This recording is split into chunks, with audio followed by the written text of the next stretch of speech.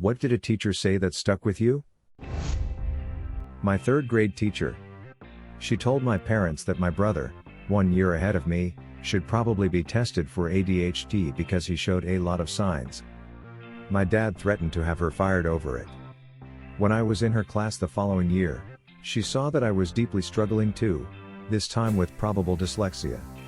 Instead of going to my parents because she knew that would get nowhere, she would have the other kids read their chapters and have me come sit at her desk because she knew I'd have already read the chapter on my own for fun. She taught me little tricks to remember how to keep letters in the correct order, like wearing a shirt is necessary, that's why it has 1 collar and 2 sleeves. 1 C and 2 S's. Or the aura of a restaurant is important. There's a handful more I still reference once in a while at 27 years old. I passed 3rd grade with an A+ in spelling when I'd been averaging a D for the first several months. She was my Ms. Honey. Thanks Mrs. M. That's how I want to teach when I'm older, hopefully. My 10th grade history teacher. Beware of any political candidate who offers simple solutions to complex problems. I can only imagine what his reaction would be to what passes for political discourse in America, and elsewhere, these days. People like to hear it, but the truth is, problems are rarely simple. Hearing that one person alone could lift a country is a great claim, but that's all it is. If the Trump and Obama years have taught us anything, it's that the president cannot do everything on his own. He needs the Senate, the House and the other government bodies to work together to solve the problems facing society. The current partisan system doesn't do the people any good when obstructing any bill is an actual action and goal of one party. Love that. Simple, and it seemed to stick. Good teacher. I had a middle school teacher who taught us about the stock market. While I am by no means a millionaire, I am living much more comfortably due to what he taught me. I remember my 8th grade history teacher saying, "You'll never go broke investing in stocks that deal with war, Lockheed Martin, Northrop Grumman, etc."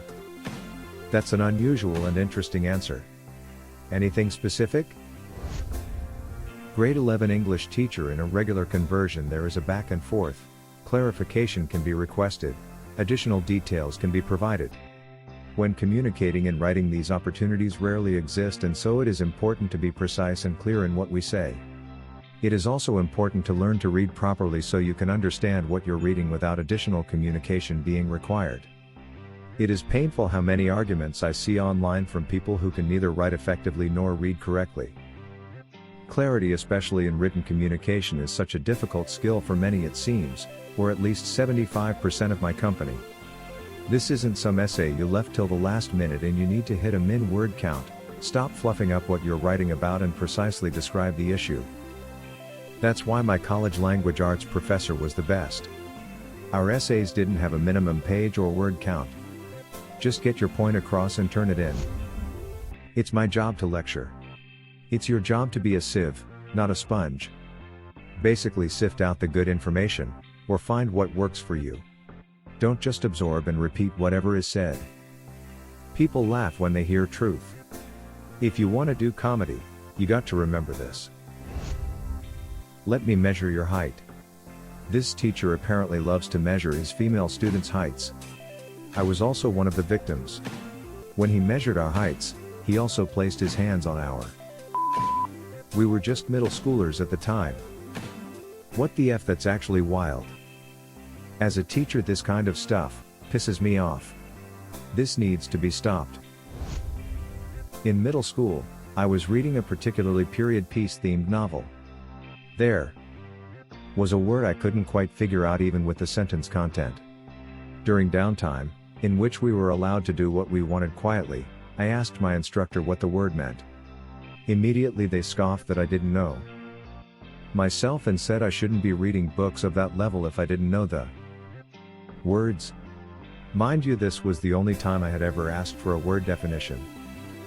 And merely asked because I wasn't around any other resources in the moment to seek it out, dictionary, computer, etc. From then on I made a point not to ask teachers questions. It sticks with me because of how one small statement or interaction can pave the course of an education for a child. I was in an abusive, neglectful home, something that no teacher ever inquired into even at times when there were signs. I grew up thinking I couldn't be good enough, let alone for higher education. It wasn't until later in my 20s I convinced myself to try to go to college and, with some amazing instructors, I graduated magna cum laude. A little kindness goes a long way. I can tell you with full certainty that that teacher also did not know the word. Middle school English teacher told my mom I was horrible at writing and first ever D in my life. I wrote a best-selling book as an adult. If you don't mind, what's the book called? The Things I Made Up to Get Attention on Reddit. I heard it's being optioned by Netflix. You know what a successful writer is? Someone that wrote something and got a check big enough to pay their water bill and it didn't bounce. This bestseller crap very rarely means that the writer isn't working a regular job or supported by a spouse or just independently rich. I was a young girl who didn't care much about dialect, until my teacher told me that an important part of a pleasant and positive personality was to be articulate, polite and humble.